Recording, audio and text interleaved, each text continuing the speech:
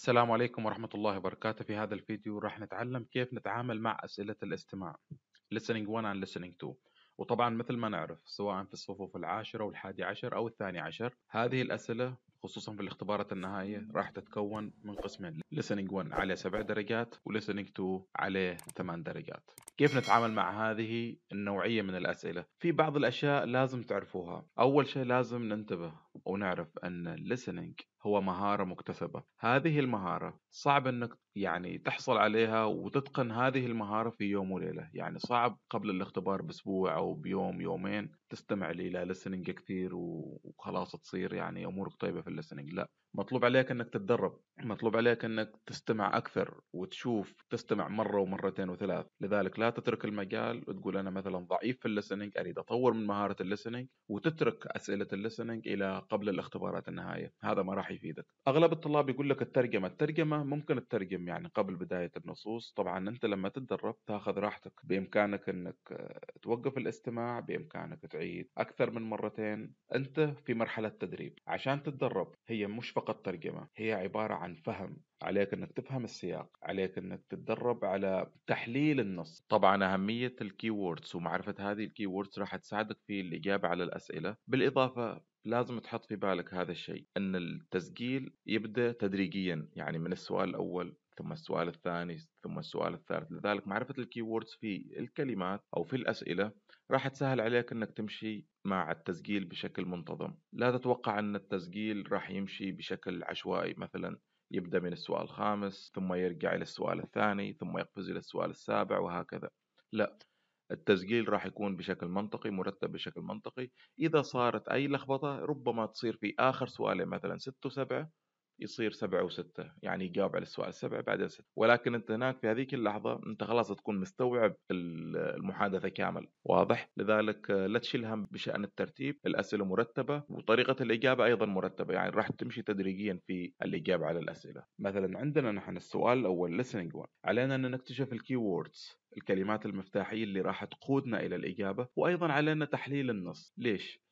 تحليل النص أو تحليل السيناريو أو تخيل السيناريو راح يفيدنا في معرفة كيفية الإجابة على هذه الأسئلة. خلونا نشوف listening one. You are going to hear a conversation between a father and his daughter. من خلال السؤال أنت راح تشوف أنك راح تستمع إلى محادثة بين أب وابنته. حط هذا الشيء في بالك. دائما أنصح الطلاب، أريدك تخرج المحقق كونان الذي بداخلك. حاول تشوف كيف طريقة الاستماع، حاول تحلل السيناريو، تقرأ وتكتشف بنفسك كأن هذا السيناريو صاير أمام عينك. لما نشوف هذا السؤال you are going to hear a conversation between a father and his daughter، معناته نحن راح نستمع إلى محادثة بين الأب وابنته. تخيل السيناريو. خلونا نشوف الأسئلة. Number one: The father was praying, sleeping or watching TV والليلة cold. حلو. إذا هنا عندنا في رقم واحد ليلى كولد، لذلك ليلى اتصلت. إذا هذه المحادثة راح تكون عبارة عن مكالمة هاتفية. واضح؟ متخيلين كيف الوضع؟ لذلك ليلى اتصلت في أبوها وأبوها كان مشغول بأحد هذه الثلاث خيارات: praying, sleeping or watching TV. متخيلين؟ حلو. نروح إلى رقم اثنين. The father was surprised because، متفاجئ. ليش؟ Her class was cancelled. She called early in the morning. اتصلت في الصباح الباكر. She has not called for a long time. لم تتصل منذ وقت طويل. الأب تفاجأ من اتصال ليلى. واضح كيف؟ تخيل السيناريو. رقم ثلاثة. ليلى wants to change her major because she is worried about finding a job, doesn't like laboratories, wants to be with her friend. إذا ليلى في رقم ثلاثة تريد أن تغير من major. يمكن بعض الطلاب أو الطالبات يقول لا أنا ما أعرف شو كلمة major، يعني كلمة جديدة لي، وش تعني كلمة major. لكن إذا أنت مثلا ما عرفت كلمة معينة اتركها. لكن أنت تعرف wants to change her major، تريد أن تغير هذا الميجر. اوكي، حط في بالك الميجر as a keyword ككلمة مفتاحية. نروح إلى رقم 4. Now she is in the first, second or third year of university. خلاص اكتشفنا أن ليلى عبارة عن طالبة جامعية وتريد تغير هذا الميجر وهي الآن في السنة الأولى أو الثانية أو الثالثة. حلو. إذا لما نشغل خيالنا شوية، عادة الطلاب الجامعيين وش يغيروا في السنة الأولى والسنة الثانية والسنة الثالثة؟ فكروا وش اللي يغيروه. رقم 5. After graduation. graduation موجودة الكلمة في theme 2 starting university، تعني التخرج. ليلى will have to work for a year in. ستضطر للعمل لمدة سنة وين؟ هولند، عمان، USA. بإمكانك أنت من خلال الاستماع، وهي ستضطر للعمل في مكان ما وهي من عمان، لذلك ممكن تستبعد عمان، يمكن تكون دولة أجنبية USA أو هولند. We will listen to it later. Number 6. The father is unhappy about Layla's decision, supportive of Layla's decision, or rejecting Layla's decision. حلو. عندنا كلمة decision as a keyword جاية من كلمة decide. The verb decide يقرر، لذلك decision is the noun. قرار ليلى. So the father here is unhappy غير سعيد، supportive of جاية من الفعل support يدعم، أو rejecting يرفض قرار ليلى. لذلك ليلى هنا عندها قرار وتقول هذا القرار لأبوها، وأبوها ممكن يكون غير سعيد أو داعم لقرارها أو رافض لهذا القرار. At the end of the conversation, the father agreed to call her today, tomorrow or next week. Agreed معناها وافق، جاي من الفعل agree to call her، أن يتصل فيها مرة ثانية سواء اليوم، غدا أو الأسبوع القادم. خلاص نحن الحين تخيلنا السيناريو، هي مش ترجمة وبس، أنت ما تحتاج أنك تترجم بقدر ما تحتاج أنك تفهم وتحلل السيناريو اللي راح يصير أمامك، عشان لما تستمع أنت تعرف نفسك عن شو بتجاوب. لذلك اللي اكتشفناه من هذه المحادثة، محادثة بين الأب وابنته، البنت اسمها ليلى، البنت طالبة جامعية وتريد أن تغير الميجر. ممكن تكون يعني شو الطالب الجامعي يغير بين فترة وفترة؟ التخصص، صح ولا لا؟ لذلك ممكن هي تريد تغير التخصص، وهي الآن في أي سنة من الجامعة. راح نستمع إلى هذا الشيء. ليلى ستضطر للعمل في دولة معينة من أحد هذه الدول، لكن الأب هل هو غير سعيد، داعم لهذا القرار، أو رافض لهذا القرار؟ لذلك الأب سوف يتصل بها مرة أخرى. لما تحس نفسك أنك خلاص تهت ما عرفت شو الإجابة الصحيحة، استخدم خيالك وشوف الإجابة الأقرب، ربما تكون هي الصحيحة. أهم شيء ما تترك أي سؤال فاضي. طيب، ودائما استمع في listening إلى، أحيانا السبيكرز اللي موجودين داخل التسجيل يذكروا لك جميع الخيارات، مثلا praying, sleeping, watching TV. أنت عليك أنك تركز عشان تختار الإجابة الصحيحة، لأن أحيانا يظل لك الاستماع. طيب، خلونا نسمع إلى هذا السؤال ونشوف طريقة الإجابة. أريد أضيف نقطة معينة، وهي بإمكانك في هذا الفيديو أنك تبطئ من حركة التسجيل، تخلي التسجيل قليل من خلال الضغط على أيقونة سبيد موجودة تحت في الإعدادات في اليوتيوب. اضغط عليها عشان تخلي السرعة مش عادية، أقل من العادي بدرجة واحدة فاصل 75. حلو؟ خلونا نستمع إلى listening 1. You have 30 seconds to study the task. الدقات هذه هي اللي تربك الطالب أحيانا وتخلي كذا في وضع، لكن خليك طبيعي جدا لما تستمع إلى هذه الأشياء. هو يعطيك 30 ثانية بس أنت محضر هذا السؤال طبعا قبل، ودائما التحضير ما ياخذ عليك أكثر من 10 دقائق 5 دقائق، لأنك المفروض أنك متدرب عليه. خلونا نستمع إلى المرة الأولى، جات الدقات. Now listen for the first time. مكالمة هاتفية. Hello, Dad. Oh, Layla, is that you? Yes, Dad. Sorry. Did I wake you? No, not at all. You know I like to watch the news after morning prayers. Is everything okay, Layla? What time is it there? Yes, everything is fine, Dad. It's 9 o'clock here. My 9 a.m. laboratory class is cancelled. Thank God. Oh, I see. So, how are you? I am fine. Just wanted to discuss something important with you. Oh, it must be important for you to call at this time. Well, yes. Remember this summer when I told you that I was not happy with my major? Yes, I do. And as I told you before, it is a good major and you can get a job either in hospitals or health centres. I know, Dad, but I am not happy. I can't see myself working as a pharmacist for the rest of my life. I hate labs, and I can't stand the smell of chemicals and medicines. Remember, you encouraged me to search for other alternatives? I did, and that's why I'm calling now. Okay, Layla, so tell me. Well, my friend Reem is studying material engineering, and I find it very interesting. I attended some sessions with her, and I really liked it. What is this major? It's a new field where engineers work with different materials to produce industrial products. Sounds like a scientific major, but I think you will still have to work in the labs. No, I don't have to, because material engineers generally work in offices, Dad. Really? Yes. I saw an advertisement, and a big international company is offering scholarships for students to study material engineering. So I applied. I sat for an online examination, and Dad, you won't believe what happened.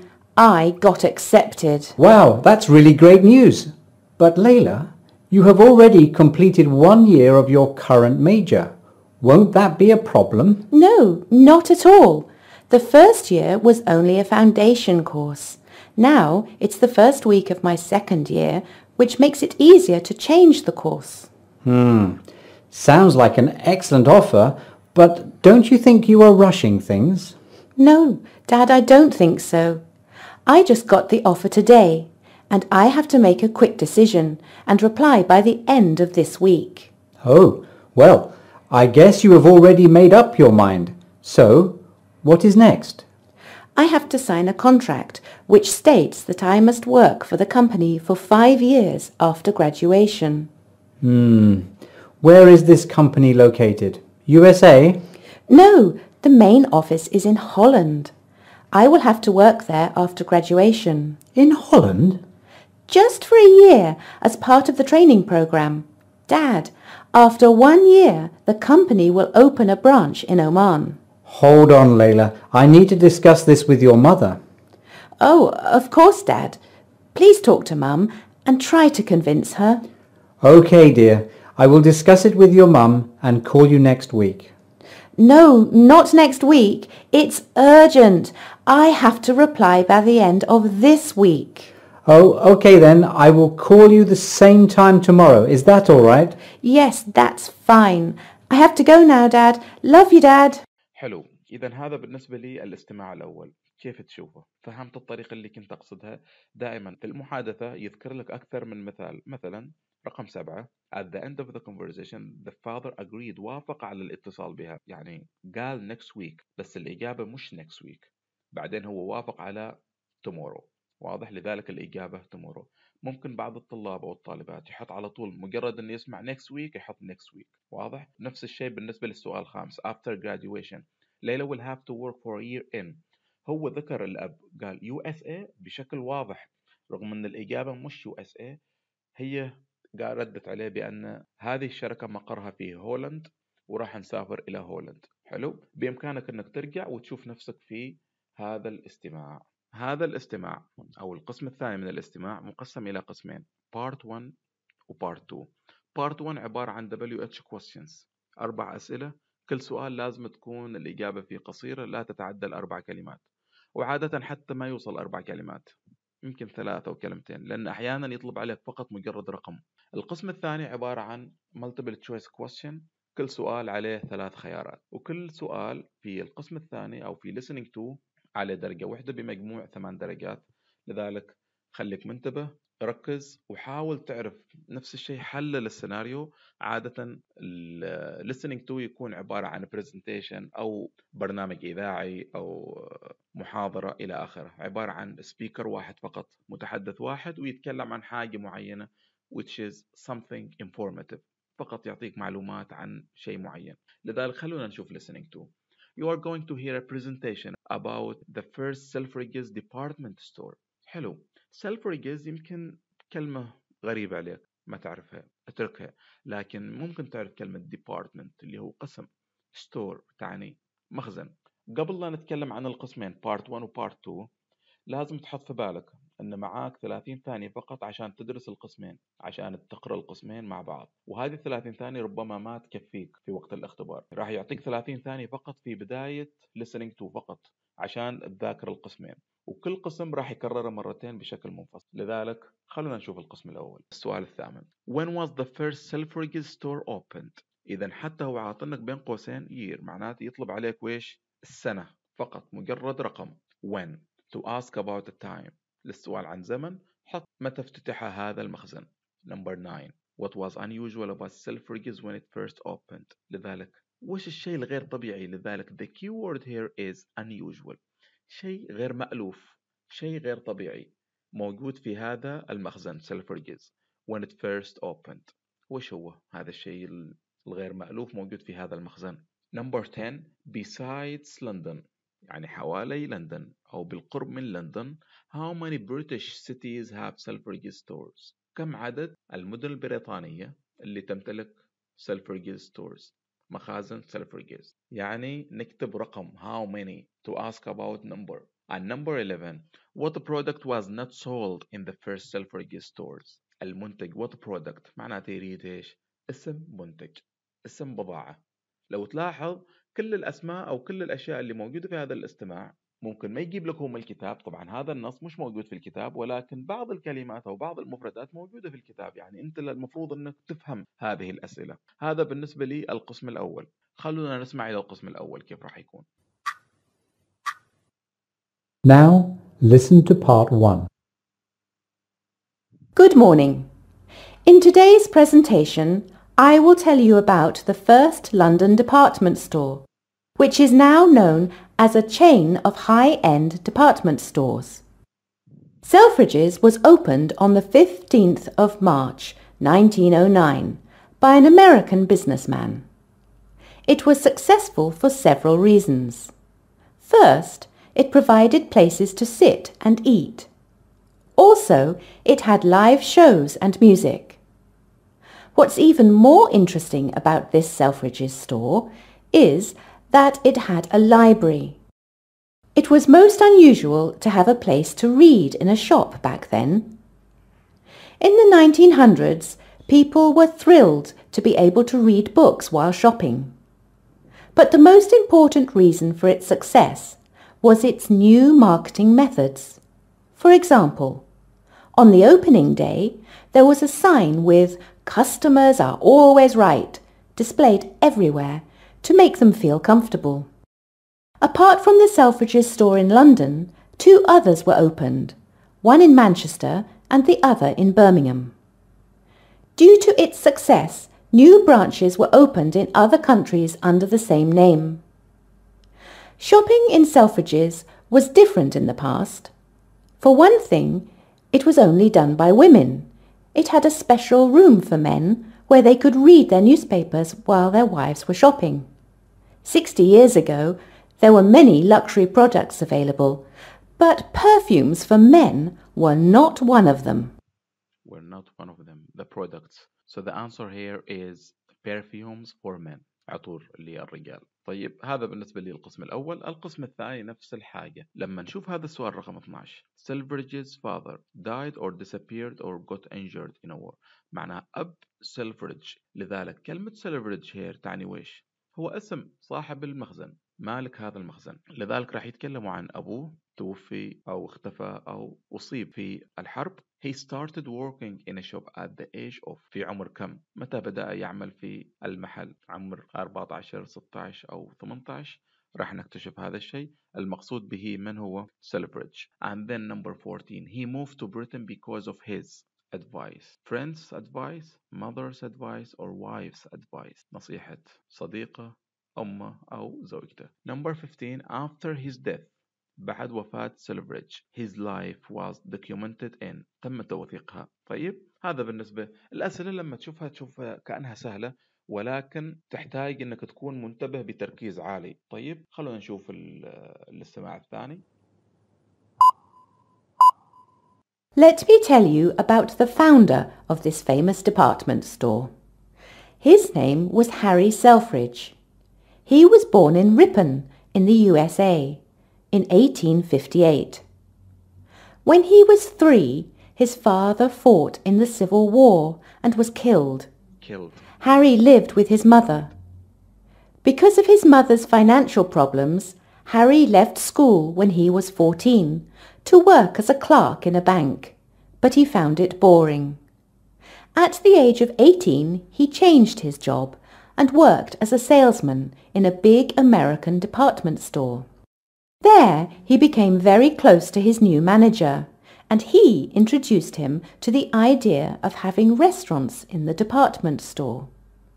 The manager liked the idea so much that he promoted Harry as sales manager and asked the owners to fund his idea. After many years of working there, he bought shares in the company. Sometime later, his wife, Rosalie, suggested that he sell his shares and open his own store in London. This was his dream project. He gave it a lot of thought, sold his shares and moved to London. When he arrived in London, he met his friend, who was an architect, and he helped him design his store, which is now known as Selfridges. Harry died peacefully in his sleep on May the 8th, 1947. He was 89 years old. A television series called Mr. Selfridge was produced in 2013 to tell people more about the life of this very ambitious man. طبعا الإجابات مثل ما نلاحظ الإجابات مباشرة جدا وواضحة جدا، لذلك مطلوب عليك أنك تفهم ومطلوب عليك أنك تقرأ. بإمكانك أنك تعيد التسجيل، بإمكانك أنك ترجع شوي إلى الخلف وتعيد الفيديو مرة ثانية عشان تتأكد من الإجابات. نفس الحالة راح أعطيكم أسئلة استماع قادمة، ولكن حبيت في هذا الفيديو أني أوضح لكم كيف ممكن تتعامل مع هذه النوعية من الأسئلة. أريدك تمسك أكثر من سؤال موجودة في مختلف المصادر وتستمع وتحل. حلل، خذ راحتك في الوقت. أنت لما تتدرب في البيت أو تتدرب في المدرسة معاك الوقت مفتوح، مش معاك 30 ثانية نفس الاختبار النهائي. لذلك مطلوب عليك أنك تتدرب عشان تكتسب مهارة الاستماع. تدريجيا كل ما تحلل النصوص، كل ما تتخيل السيناريوهات الموجودة في الاستماع، راح تشوف نفسك أنك بديت تتقن وبديت تحلل المواضيع بشكل أسرع من السابق. لما يجيك الاختبار النهائي أنت متهيئ وجاهز لمثل هذه النوعية من الأسئلة. أتمنى لكم التوفيق. الفيديوهات القادمة إن شاء الله راح تكون عبارة عن مجموعة من التدريبات في الليسننج، راح أشغل عليها الاستماع، وبإمكانك أنك تتدرب عن طريق استخدام اليوتيوب، وأيضا عن طريق أنك تشغل السرعة بشكل بطيء، تخلي السرعة أقل من العادي بدرجة واحدة. كل التوفيق إن شاء الله، نشوفكم على خير بإذن الله.